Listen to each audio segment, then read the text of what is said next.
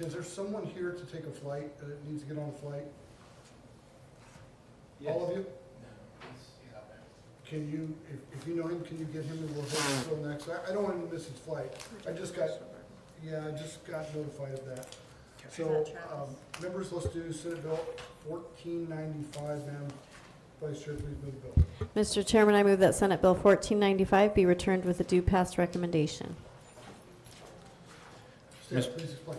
Mr. Chair and members, Senate Bill 1495 prohibits the National Guard of Arizona from being released from Arizona into active duty combat, a defined term, unless Congress passes an official declaration of war or has taken other specified official action to explicitly call forth the Arizona National Guard for enumerated purposes.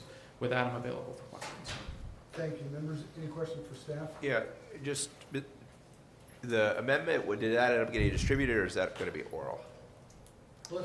Let's do the amendment on the floor. We'll explain it and do the Okay. full amendment. Because it's already after 5:30, I'm sure no one is there to prepare the amendment. Diego, are you the one that needs to get on a flight? Yes. Okay. All right, you may come up and speak. Okay. I'm sorry, sir, I would have ran that first, but I didn't know you were waiting on a flight. It's okay. We It's just all got right. that message. It's all right. No worries. I'll sleep it in. Not really sure what that was, so I'm gonna wait. It's just You're up, happens sir. sometimes. You're Chairman, members of the board, my name is Diego Rivera. I am with Bring Our Troops Home. I'm the Director of Field Operations. We're a combat veteran-led organization whose main project is this bill. Aside from a lot of enthusiasm that we're seeing from, I guess, all over the political spectrum, I'm just here to answer any questions that you might have. Okay, members? Yeah. Does anyone have any questions? I do. So, Mr. Rivera? Mr. Colleton, yes, sure. So the chair had proposed an amendment to page 1, line 20, after the word duty, inserting comma, other than training, comma, and then it would continue through an instrumentality. Or would that be an amendment that would be acceptable to you? I'm trying to, I don't have the Arizona bill in front of me. If there's a copy, Joel, then I do you can have a just copy? see it. You can get him a copy. I have a bill. Performing a hazardous service related to a conflict in the foreign state, is that what, or no, you're saying performing a duty Other than training. other than training? Okay, so I can clarify. Thank you. So I understand the need for specification, but the context of the bill is specifically for, and that's why it's described in the previous 3 sections of overseas active combat. And again, just for clarification, this would essentially just be a stopgap when they're, let's say, federalized under Title 10.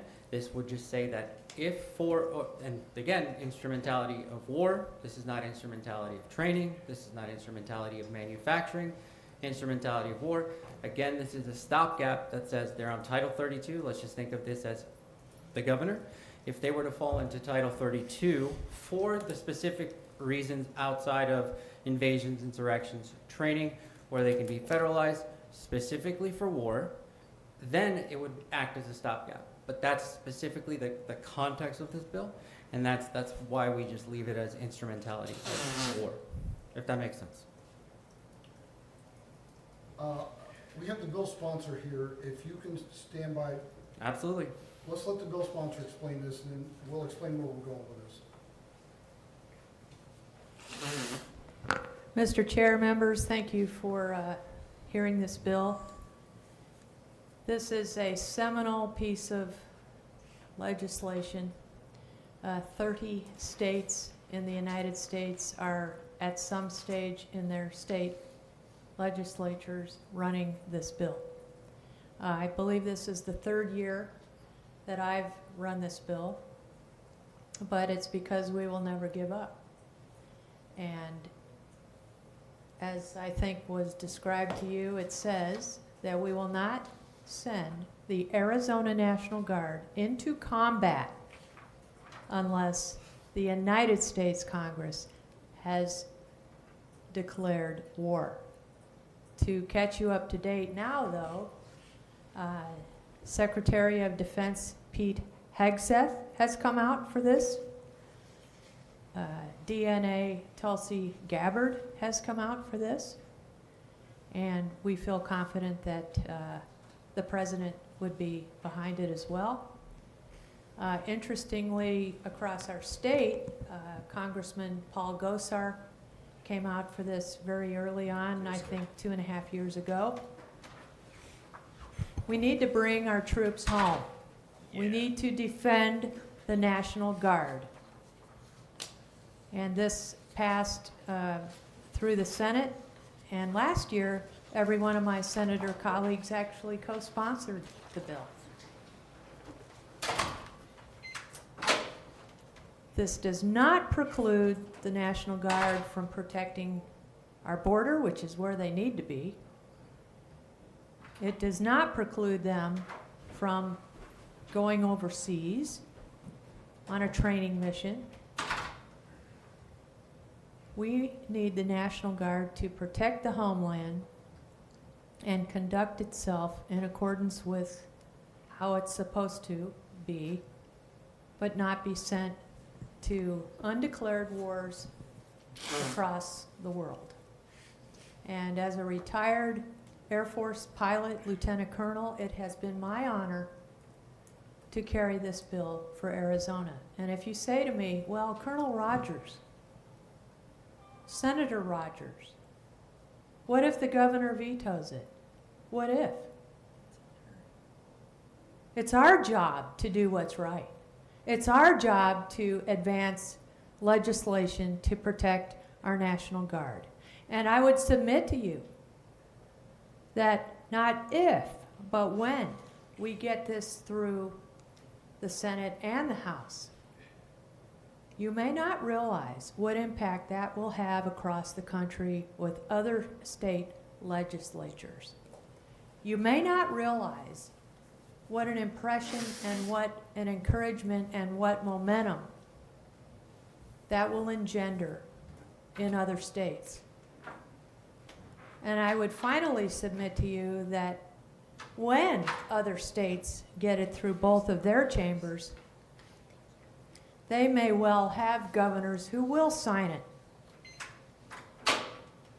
And so that will have a synergistic effect of us helping them getting it past the finish line, and then it'll come back to Arizona, and then we will get it past the finish line eventually. So I just gave you a broad brush overview. And again, this is a heartfelt honor. I've had family serve in the National Guard. I was regular Air Force for 20 years. But this is a very important decision you're making today. And I honor my colleague, Representative Gillette, for digging into this, for keeping an open mind, talking to those with whom he has served, and having this special meet for this. I stand for questions. And by the way, I'm from LD7 Flagstaff. Members, any questions for the bill sponsor? Yes, Mr. Chair. Senator Rogers, how is that different than what's already, if you could just enlighten me, because I mean, we answer, how is this different than what we currently do? Mr. Chair, Representative Hernandez, right now, the National Guard can be sent to Syria or Ukraine, where I just read this morning Americans were killed. Those are combat situations. However, the U.S. Congress has not declared war. What this does is, this makes the U.S. Congress do its job and provide guidance through its perfunctory role. And as such, not use our state militia, which was designed to protect our homeland. It prevents this legislation would prevent it from being sent abroad to fight wars that are undeclared. We have a problem, I could go on and on, at the federal level, where we send troops to battle and they're in these undeclared wars. And I was stationed overseas nearly half of my career. I was sent downrange and deployed to run, to help run a joint task force for 6 months. And these are situations that need to be addressed by our federal government. But we as a state legislature have that say as to where our National Guard troops should be dispatched. And right now, they can be snatched and sent to war without a declaration of war by the United States Congress. That's what's different. And, Mr. Chair, so if we're wanting the U.S. Congress to do their job, now, correct me if I'm wrong, does doing it differently allow the state or put the state of Arizona in a position to lose emergency response funding or any funding? Mr. Chair, Representative Hernandez, that's been the argument against it. That's what the general probably told you in here. I don't know if he was here earlier. Oh, well, you snooze, you lose. He was in my committee, and I beat him up pretty bad because he knew that we wouldn't lose the money. He knew that with Pete Hegseth in the chair of SecDef and Tulsi Gabbard, DNI, and their support for it, he in as much as knew that withdrawal of federal funding, which is what you're asking me, would not occur. And he got in kind of over his skis, and then he started telling me that anything like even a truck was an instrumentality of war. That's completely ludicrous. And he was saying that we couldn't do training because that's wartime related. So the naysayers understand that this movement is gaining traction.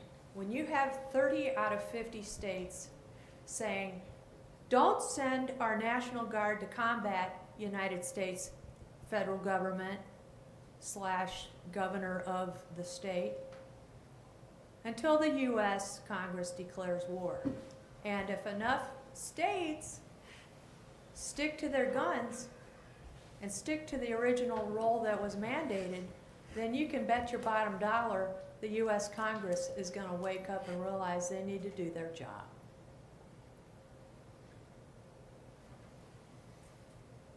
I'm trying to, thank you, Mr. Chair.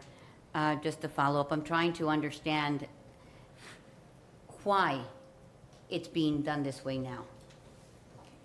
Mr. Chair, Senator Hernandez, in the last, I'd say maybe Promote it. 20 years, the Representative Hernandez, I've been promoted. you, I love you. Since I was on active duty and then retired, we've seen an increase in the use of the National Guard and the reserves. Used to be the exception. Now it has become the rule because they're well trained and willing to go. And they get paid. And I understand all that. But that has morphed into this unconfined, wanton grab of them, and then morphing that into putting them in combat. And so we have had what we call in the military mission creep. And you've seen an increasing use of the National Guard.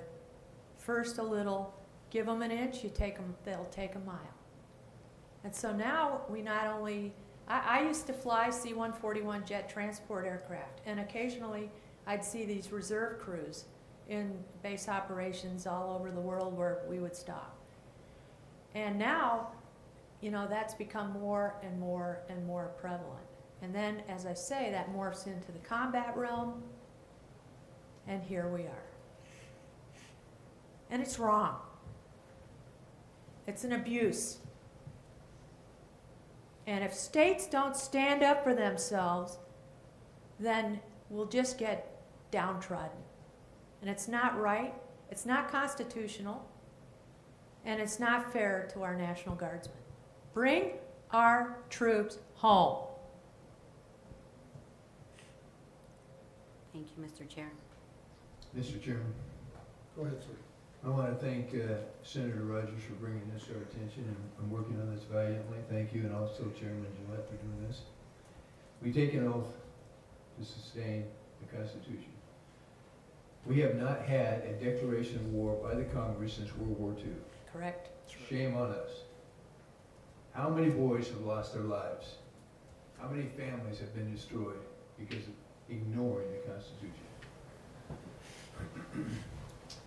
So I have a son who has valiantly served this country voluntarily, and who has been placed in more situations than we could ever describe where his life is on the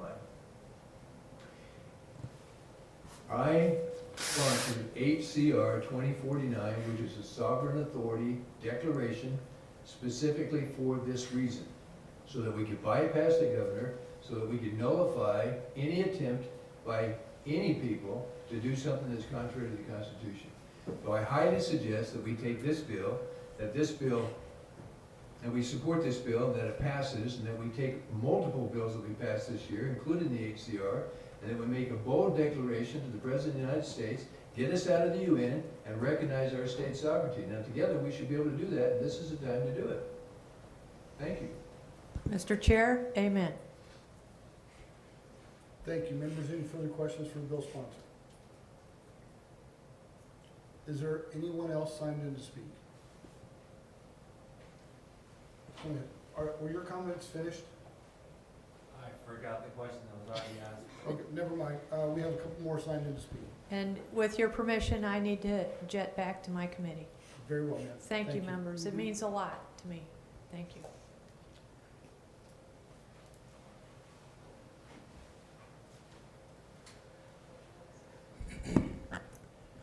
Mr. Chairman, members of the committee, good to see you again. 3 years, this has come to the legislature through Senator Rogers and Mr. Colladon. That's about 75 years overdue. 75 years ago was when the police action, also known as the war in Korea, started. And it was then when the overuse of our guard began. It's been unconstitutional since day one, and it's always been the role of the state to make sure that the federal government follows the Constitution. That's all I got to say. Thank you. Members, any questions? Thank you, sir. And we have Travis from DEMA. Please come on up, sir.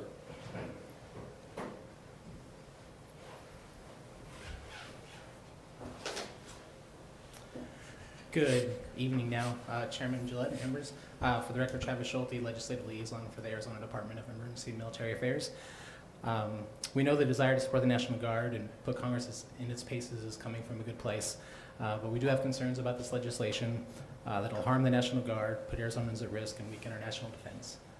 We do not argue with the stated intent to have Congress reassert its voice, its obligations in military engagement, but we would encourage it to do it in ways that doesn't target the Guard. Kind of simply, legally, the state does not have a way to prevent the Guard from being called into federal service.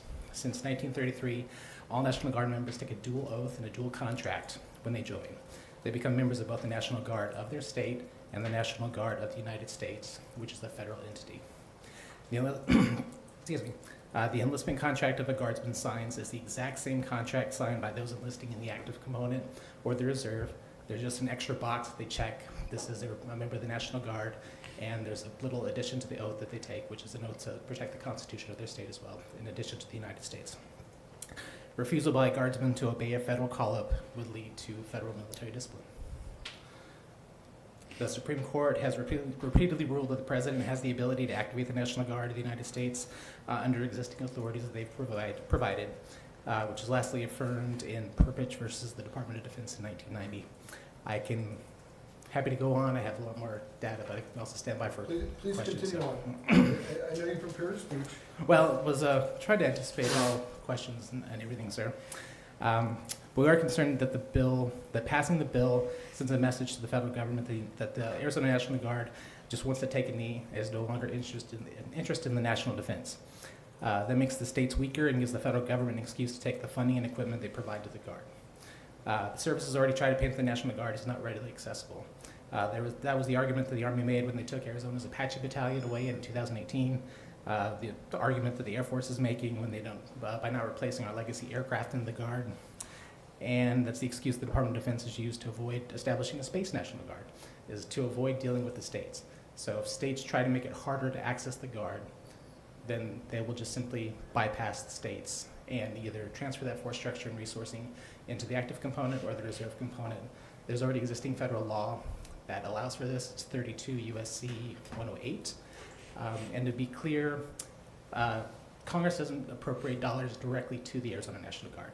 They appropriate dollars to the Department of the Army, the Department of the Air Force. They take that chunk, pass it down to the National Guard Bureau. From the Guard Bureau, it comes down to the states, but it's a Title X officer who actually cuts the checks. So he's the one who pays for drill pay, for vehicle maintenance, all that good stuff. It's his discretion on whether or not we're meeting our obligations to the federal war fight, on whether or not that gets paid. Like, the money never touches the state of Arizona. It's always in possession of the Title X officer. Now with that, I'm happy to answer questions. Thank you. Members, any questions for Mr. Schulte? Yes, Mr. Chair. Go ahead. I think the same, and it was just wanting to get a clear understanding, if I'm understanding you correctly, because the previous question that I asked the senator was what was how it was written, and you've shared some of that, and why it was different than what this bill is proposing. But I also heard some responses. It's to bypass certain, government entities as they currently sit. So a National Guardsman, when they enlist locally, they sign that contract. Correct. And that contract, they're really signing it, but they're employed by the federal government. No, with State- Chairman Gillette. Please Representative clear that up, Fernandez. Mr. Schulte. Yes. No, they're signing the contract, the enlistment agreement, and it is a dual agreement. So they have a contract to the state of Arizona to serve in the National Guard, and a contract to the National Guard of the United States to the federal government. So they never exist in the organization, both organizations at the same time. They're either in the state National Guard or they're in the National Guard of the United States. But it's Congress who kind of gets to flip that switch. So once there's a presidential call-up, they're saying, Sergeant Smith, you are now with basically your unit is being activated by presidential call-up authority. You will go X. And at that point, their connection to the state is severed. Okay. So I understand there's two. And Mr. Chair, just to follow up, so what happens, let's say if we are able, I always think of the worst case scenario, not necessarily meaning the worst, the best, but if states start doing this, what does that mean, in terms of our country, or President, Congress, war? Chairman Gillette, Representative Hernandez, so I don't want to necessarily speculate, but I do, I believe that there is a very strong argument that Congress should re-examine the current authorities for the use of military force, the AUMFs. As Senator Rogers mentioned, there's some on the books, at least since 2001, after following the attacks of September 11th. So that's still an existing authority that is around today. There have been efforts in the United States Congress to sunset those. Last Congress, I believe, passed the Senate. It just never got heard in the House. So that is where I would encourage kind of the activities and the interest to force our members to re-energize that conversation and have that discussion, have that debate in Congress, because it's a debate worth having. But if states start to argue, I guess, or try to prevent access to the National Guard, which they can't necessarily do, I think that would invite the federal military departments to re-examine what that force structure mix looks like. Like, do we really need to have these combat capabilities in the Guard if states are going to argue that they don't have, that the federal government doesn't have access to them when they need them? Mr. Chair, sir, I would ask you the question from the opposite angle. If we don't have effective control over the Arizona National Guard, why are we paying for it? Why don't we just let the feds do the whole thing? And we've got a few holes in our budget to fill. We could zero out that line item and say, great, you're federal, be federal. Chairman Gillette, Representative Cullinan. So to be fair, the state has complete control over the National Guard when it's in state status. It is when they're federalized is when that control is severed. On the flip side, the state contributes roughly 3% of the National Guard's budget. The primary contributions from the state goes to provide the state match for the facilities that the Guard uses for training, all the readiness centers around the state. But the biggest impact to public safety, which is kind of the negative impact to Arizona, is you don't have them available to do the state mission. So the National Guard, starting in 2020, with COVID, the National Guard was activated and filled the supply chains that were impacting, all the food banks that were around the state. They set up, distributed PPE, helped with the vaccination sites. When we had the riots, they were there to support local law enforcement back in June of 2020. That go back to the border issues. They were responsive to Governor Ducey's first call up to push soldiers down to the border and support local law enforcement. They did that mission we're still on that mission. So you lose access to an ability to surge public safety resources during a time of crisis. And that also includes our equipment. Black Hawk helicopters, we use those pretty much every year to help forest fires because they just go with the Bambi buckets, grab water, put out the fires wherever they may be, where they need it. This is all like a benefit that comes to the state, courtesy of the federal government, by the nature of the National Guard. Courtesy of the federal government. Mr. Chairman, One moment. No, I will yield to you. Go ahead, Mr. Powell. okay, thank you. I just want to bring up some questions about the powers of the federal government. So you know that Article 1 says that militia is used to suppress insurrection in states. It talks all about how the militia is available to the government when there's an invasion. It doesn't expressly say in the Constitution that the state's National Guard is available to the federal government to send overseas to fight non-wars. And in Article 4 in the Constitution, it expressly says, the United States shall guarantee to every state in this union a republican form of government shall protect each of them against invasion. We've had 8 years of invasion. When did the federal government come to our rescue? They didn't come to our rescue at all. They actually assisted the invasion. Without a National Guard, how would we possibly be able to defend ourselves? If I had been the governor of this state, I would have completely ignored the federal government and sent my boys down to the National Guard to protect from an invasion. That's what a National Guard is for. It is not for them to arbitrarily send according to the whims of their choice, especially if it's contradictory to the Constitution. If it's not specifically stated in the Constitution, then they don't have any right to do it. Chairman Gillette, Representative Powell. So there's also the provision in Article 1, Section 8, that Congress has the authority to raise an army. And then there's the Clause 18, which is the necessary and proper clause, which allows the Congress to establish laws to enable all the powers that are prescribed to it. So part of raising the army is to call forth the militia into the service of the United States. Mr. Chairman, that raising the army is specifically for executing laws and insurrections and invasions specifically to the United States. Chairman Gillette, Representative Powell, I'm deferring to the interpretation by the U.S. Supreme Court, which is authorize those abilities that the President has. Mr. Chair, one more question.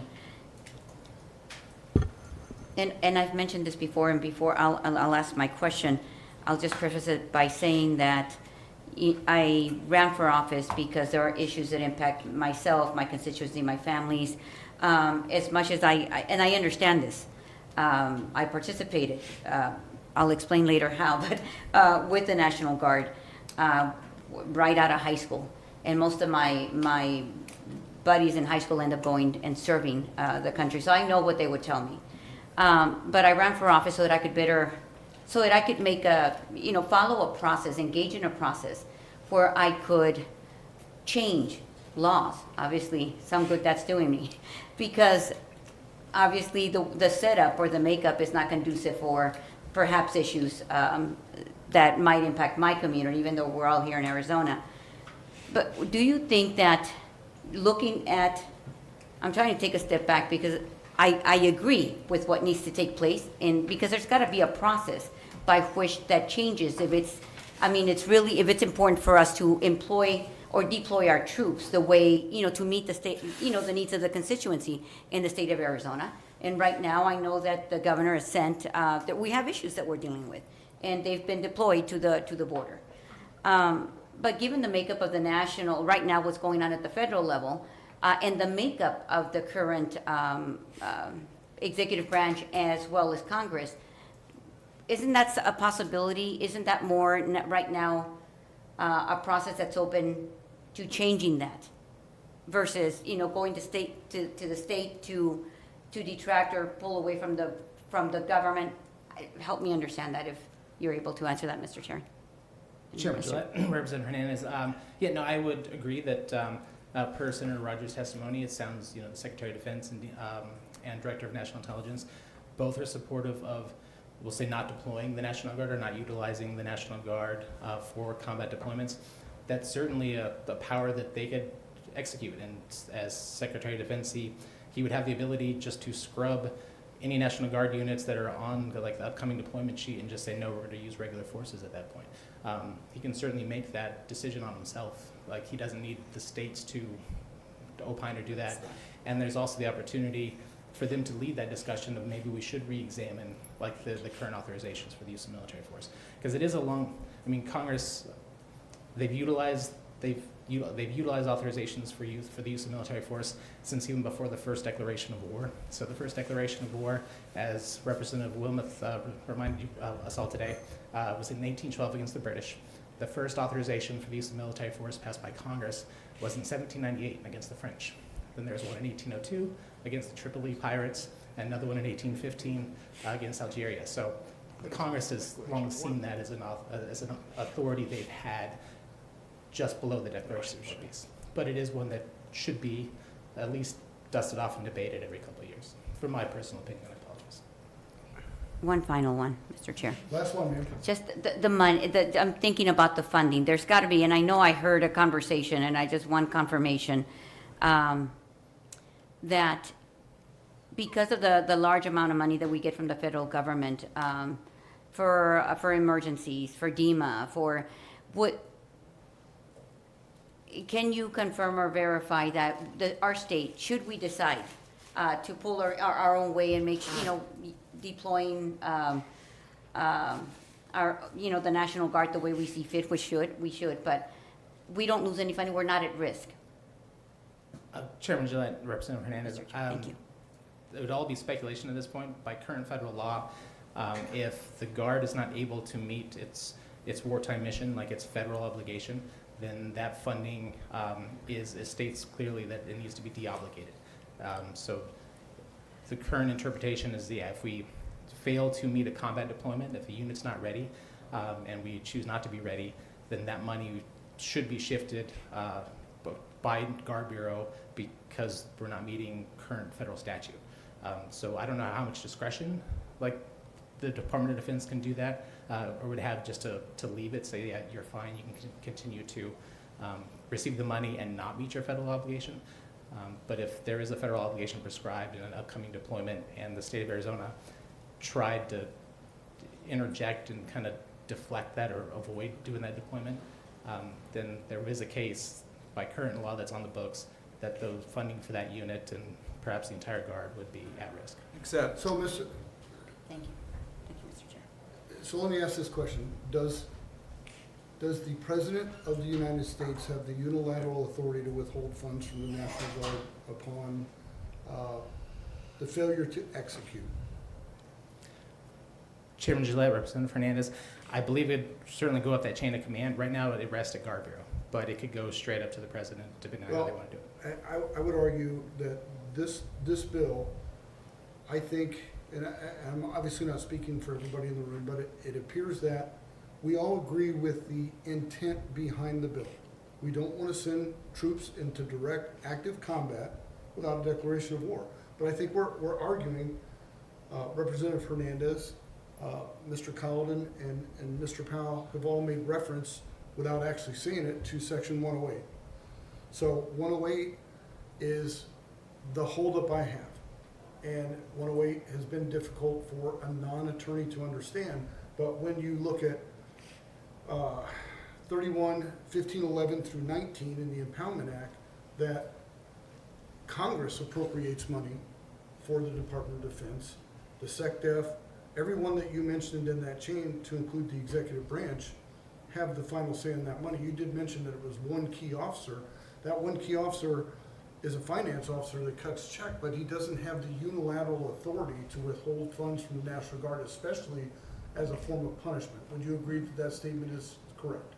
Chairman Gillette, yeah, I would go up his chain for sure before he made that decision. So with that, I mean, we could debate the merits and all day long, and probably we all in this room come up with the same answer. We're just concerned about the existing statute behind the funding of the DOD, NGB, and down trace.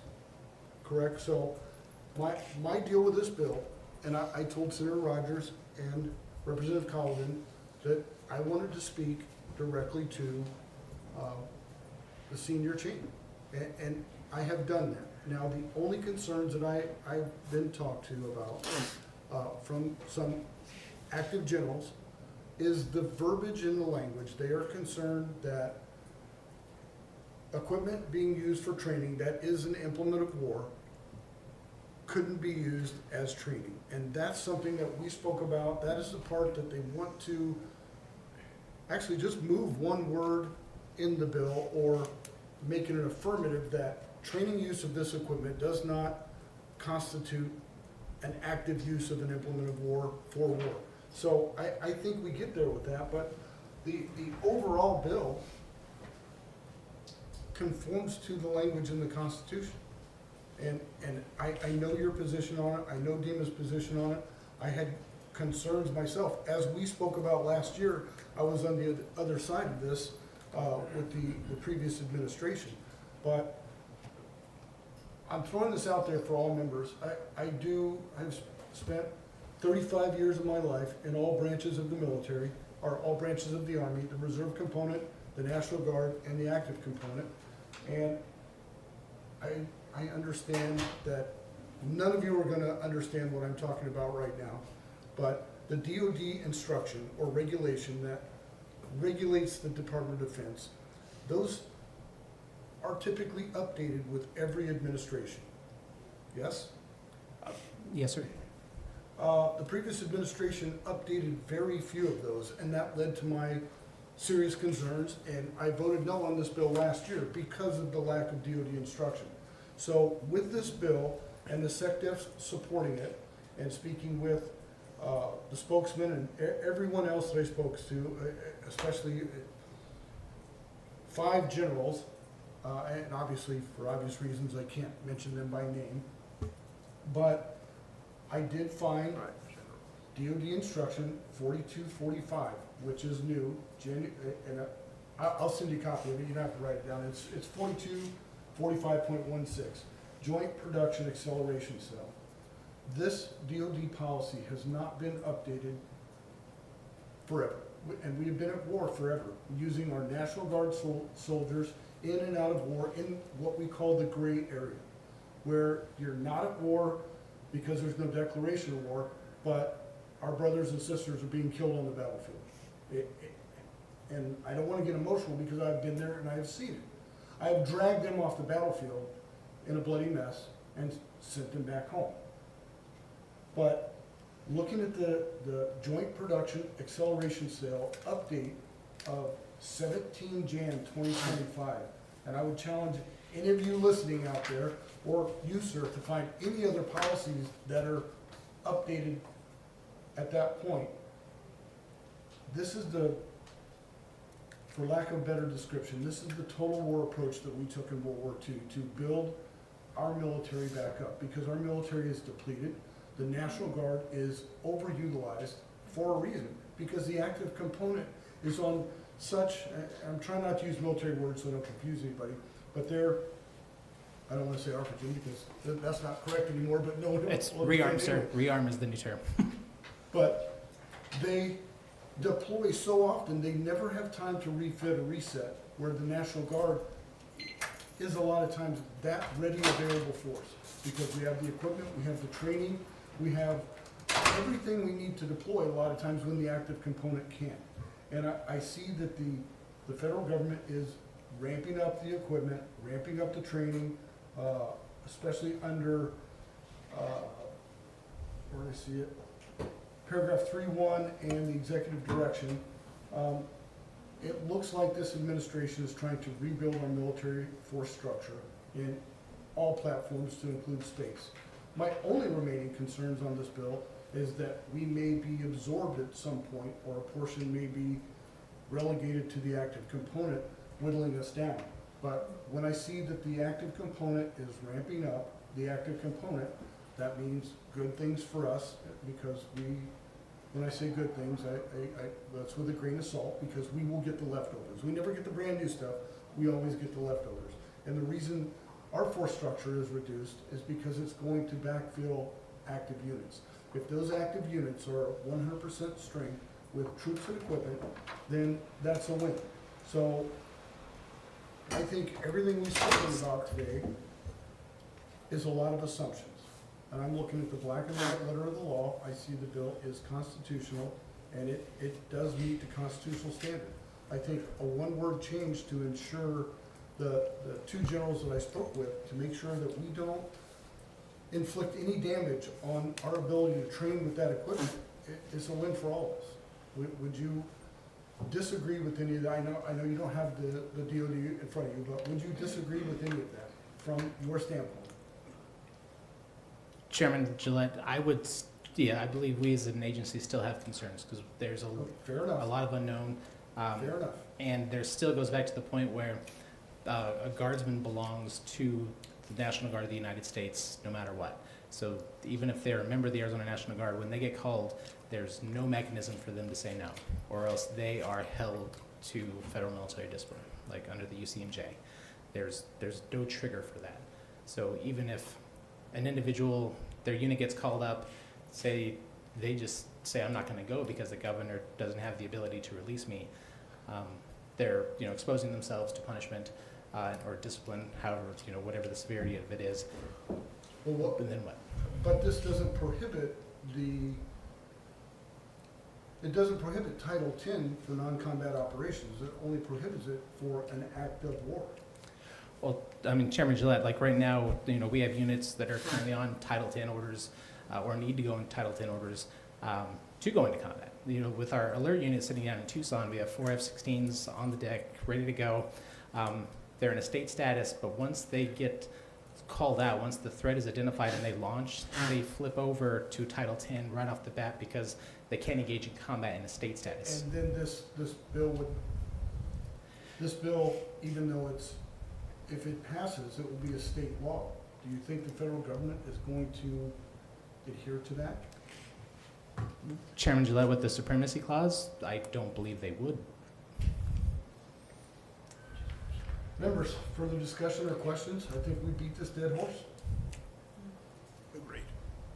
Members, thank you, Travis. Thanks for coming in. I know it was late notice and everything, and I do appreciate it. Yeah, thank you, sir. Thank you, members. Hopefully we brought some clarity to it. And sir, thank you for coming in. I know this is a huge push across all the states.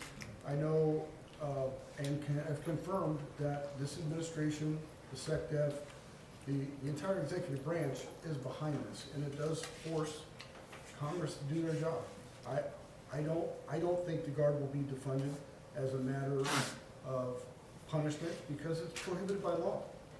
And that was my main concern with the previous administration. So whether this gets signed by the governor or not, I don't know. I don't know if it survives the floor. But it's constitutionally correct, and I'm doing what I've been asked to do and what's required of me by my oath. So with that, members, the motion before you is this. I'm sorry, Nathan did get to He testify did. because he's been He here did. all day. Okay. Was there anybody else here to speak on this? I think we covered everybody, right? Okay. Okay. Members, the motion before you is that Senate Bill 1495 receive a due pass recommendation. Madam Secretary, please call the roll. Representative Garcia, Nay. Representative Hernandez, Mr. Chair, if I may explain my vote. Please do. I think that I understand it well enough. And as you mentioned before, the intent.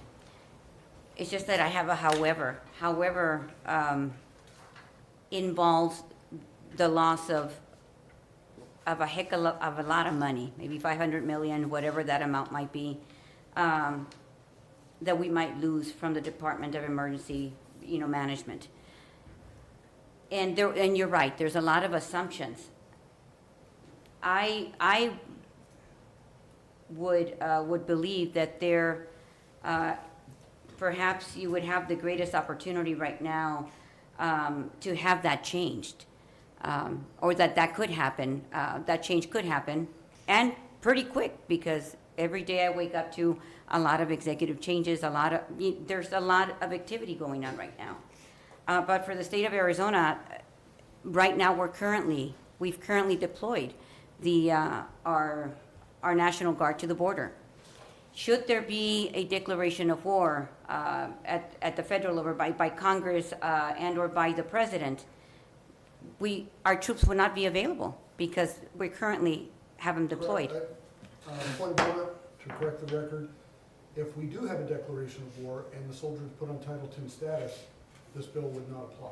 That is a point of correction of record. If there is a declaration of war, that's the intent of this bill, and that's what I want to correct the record. If there's a declaration of war by Congress, this bill is moot, because that is the proper form of deploying soldiers, whether they be Title X or Title 32. And Mr. Chair, as I'm explaining my vote, and I shouldn't be asking questions, but I'm left with the lack now, since that was brought up, that currently our National Guardsmen are deployed. We wouldn't be able to engage or participate as anticipated, even though you're clarifying to me that based on that language, that should there be a declaration of war, that we would then take our National Guardsmen from the border and engage them in war. I don't know what that looks like, not being a serviceman, how that would work. So for all intended purpose, for my purpose today, until I think there's validity in moving this forward, but until I get that clear understanding and have a chance, maybe for more conversation and debate, I will be voting no. Representative Colladin, Mr. Chair, may I? Please do, excuse me. So I know we're taking another crack at my big elections bill today in committee right after this, but I have to say I'm equally excited that this bill is finally going to pass committee in the House, as Senator Rogers, I think, alluded to. I've been running the House version of this for 3 years. Finally got a hearing last year and failed in this committee. And I feel a unique obligation to help get this across the line. I always tell people, everybody does stupid stuff in college. Some people get tattoos. I was a neocon. And, I've really felt guilty about that ever since. Because I've seen how our country, and more realistically, our military-industrial complexes, fetish for war, has cost our country everything I care about.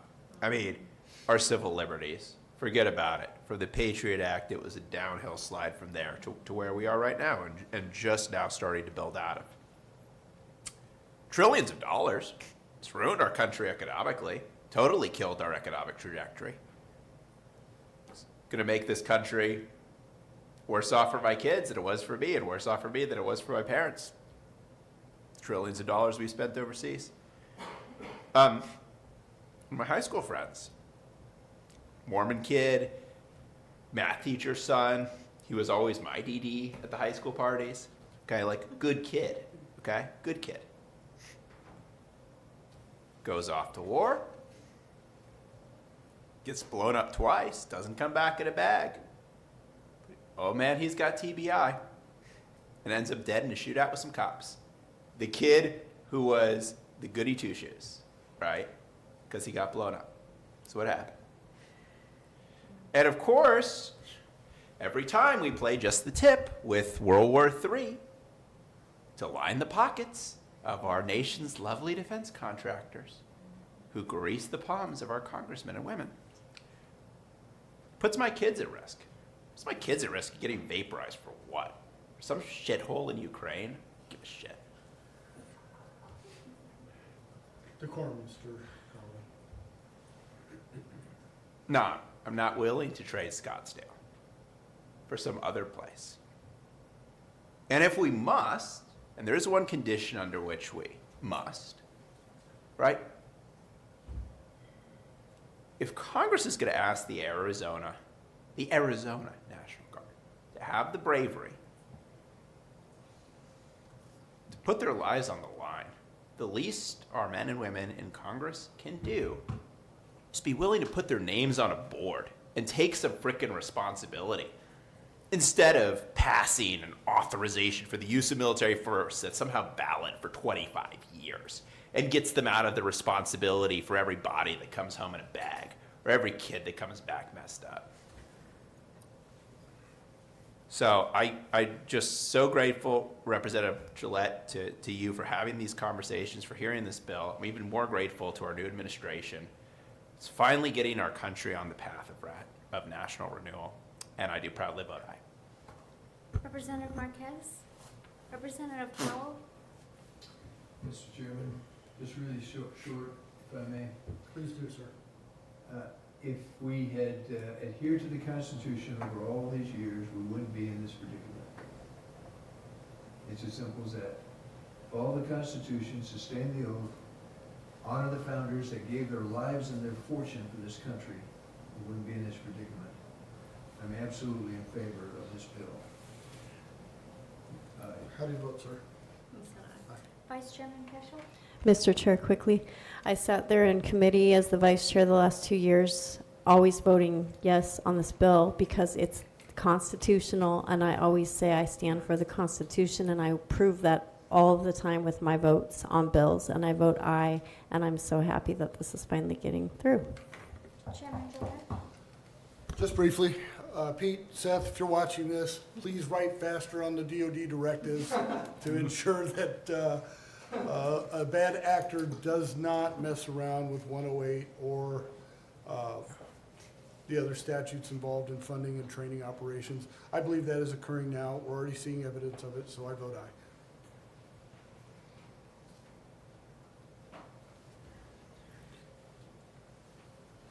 Members, with your vote of 4 ayes and 2 nays, you have given Senate Bill 1495 a due pass.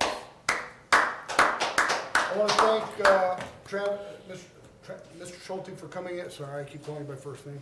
Thank you for coming in, sir. I hope you didn't miss your flight. Greatly appreciate you coming in. I know you're doing this all over the United States. We do appreciate your work. Even though we don't agree on all of the components all the time, Sure. it is the right thing. Thank you. Thank you.